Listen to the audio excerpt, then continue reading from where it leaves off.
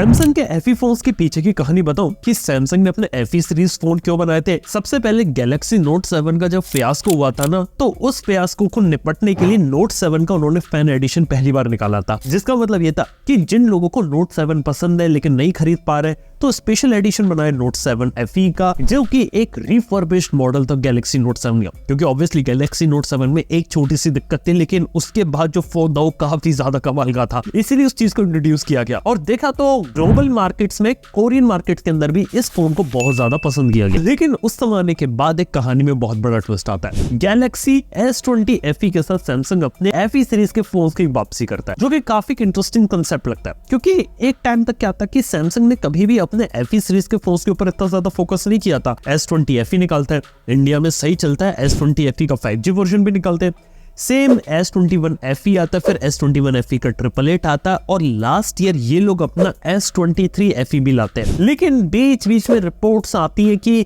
यहाँ पे आपको कोई भी FE सीरीज का फोन देखने को नहीं मिलेगा। लेकिन इन सब के बावजूद भी फैन एडिशन यहाँ पे कंटिन्यू रहता है। सैमसंग ने पिछले साल गैलेक्सी S23 FE को इंट्रोड्यूस किया, हाल ही में AI वगैरह का अपडेट वगैरह ये सब चीजें लेकर आए थे। लेकिन बात करें तो फैन एडिशन के पीछे के कंसेप्ट यहाँ पे मैं आपको समझा देता हूँ। कंसेप्ट यहाँ पे सिंपल सा ये कि सैमसंग को FE सीरीज क्यों बना रही है कि यहाँ पे उनकी A सीरीज चलती है, और A सीरीज के सीधे बाद आती है आपकी S सीरीज। S सीरीज की कीमत हो रही है थोड़ी सी ज्यादा, और ये अल्ट्रा प्रीमियम कैटेगरी में जा रहे हैं। मतलब अगर आपको टेक्निकली सैमसंग का सबसे अच्छा फोन खरीदना है तो वो S24 अल्ट्रा होगा, जिसकी कीमत आपकी 1 लाख रुपए के ऊपर पहुंच जाएगी। इवन जो बेस मॉडल होते हैं S24 के, वो भी काफी सही है, लेकिन फिर भी कीमत थोड़ी सी ज्यादा है। और ऑब्वियसली चाइनीज कंपनीज के साथ बात करें जैसे OnePlus वगैरह, उनसे कंपटीशन यहाँ पे ज्यादा आ रहा था, तो बीच में खाली जगह छूट रही थी आपकी 50,000 60,000 के आसपास की। तो ये 40 50 60,000 का जो सेगमेंट रहता है ना, इस सेगमेंट को फिल करने के लिए उन्होंने बनाया, क्योंकि उन्हें पता है कि 45,000 40,000 रुपए के नीचे तो A सीरीज तो उनका चली रही है, और वहां पे फिर उनकी ऑनलाइन के अंदर M और F सीरीज है, प्रीमियम के अंदर आपकी S सीरीज आपको देखने को मिलती है, तो वो तो वहां बिक रही है। बीच के सेगमेंट को फिल करने के लिए बनाया गया, जो कि काफी स्मार्ट मूव था। और यहाँ पे एक अच्छी चीज उन्होंने करी, जो अपने महंगे फोन के जो फीचर्स थे उनको उठा के लाओ, वो सारी चीजें लाओ, जैसे सॉफ्टवेयर अपडेट्स वगैरह, नॉक सिक्योरिटी के बारे में बात करें, या फिर बात करें सैमसंग गैलेक्सी डेक्स के बारे में, यहाँ तक कि कैमरास भी वो उठा के ले आए,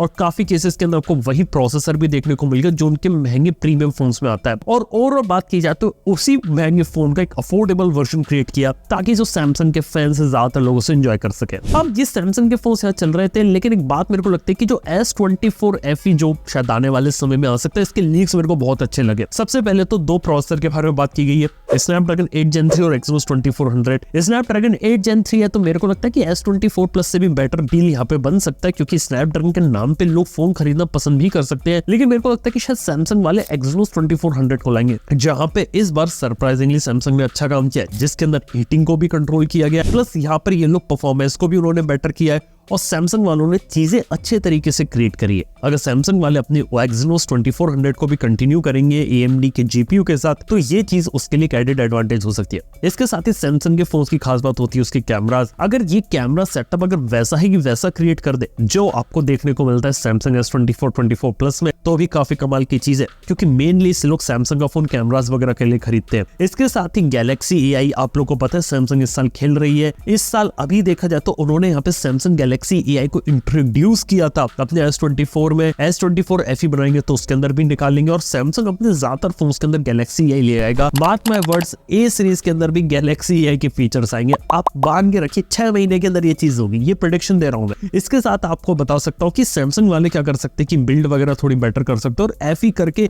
एक अच्छा इंटरेस्टिंग वर्जन बना सकते हैं, जिससे ज्यादातर जो लोग जो सैमसंग का अल्ट्रा प्रीमियम फोन नहीं ले पा रहे, वैसे का वैसा एक्सपीरियंस सस्ते में ले सके। तो ये एक चीज तो है। लेकिन अगली चीज इससे भी एक्साइटिंग मेरे को लगती है, कभी आप लोगों ने सोचा कि सैमसंग जो फोल्डेबल बनाती है उसमें वो नंबर 1 है, और सैमसंग सबसे बेहतरीन क्वालिटी के फोल्डेबल बनाती है। हालांकि हाँ, मानता हूं उसके फोन के अंदर अभी भी थोड़ी बहुत क्रीज है, लेकिन जो ड्यूरेबिलिटी वाला फैक्टर है वो सैमसंग में बहुत अच्छा है। सैमसंग का सॉफ्टवेयर एक्सपीरियंस अच्छा है, ओवरऑल सारी चीज अच्छी है। प्रॉब्लम बस है कि यार सैमसंग का फोल्ड बहुत महंगा है, और क्या हो कि अगर सैमसंग अपने फ्लिप और फोल्ड का भी अगर एक FE वर्जन बना ले, हाल ही में कुछ लीक्स निकल कर आए थे, पता चलता है कि सैमसंग अपने फ्लिप और फोल्ड के अंदर भी FE मॉडल को निकाल सकती है, जिसका मतलब ये कि एक सस्ता अफोर्डेबल फोल्ड, क्योंकि काफी सारे लोग मार्केट में ऐसे जिन्हें स्पेसिफिकेशन वगैरह की पड़ी नहीं है, मार्केट के अंदर एक अफोर्डेबल फोल्ड को यूज करना चाहते हैं। आज के समय में इंडिया में हर दूसरी कंपनी कहीं ना कहीं फोल्ड पे काम कर रही है। एग्जाम्पल दो, टेक्नो जैसी कंपनी ने अपना फोल्डेबल बनाया है, तो मोटो ने भी अपना फोल्डेबल बनाया, यहाँ तक कि OnePlus ने भी लास्ट ईयर फोल्डेबल निकाला था, और अभी हाल ही में वीवो भी अपना फोल्डेबल निकालने वाली है। और मार्केट में जब चाइनीज कंपनी अपने फोल्डेबल निकालेंगे तो सैमसंग से सस्ते होंगे। और जिस इंसान को सिर्फ और सिर्फ फोल्डेबल टेक्नोलॉजी अच्छी लगती है, उससे वो फोन एक्सपीरियंस करना है, तो सैमसंग भी तो उस चीज को सस्ते में बना सकती है। और मार्केट में जब कॉम्पिटिशन बढ़ेगा तो वो चीज है। तो डेफिनेटली यहाँ पे आप फोल्ड का FE, फ्लिप का FE भी एक्सपेक्ट कर सकते हैं, जो कि कंपैरेटिवली काफी अच्छी एग्रेसिव प्राइसिंग पर अगर आए तो काफी कमाल कर सकता है। और ये जो चाइनीज कंपनी जो अपने फोल्डेबल बना रही है ना,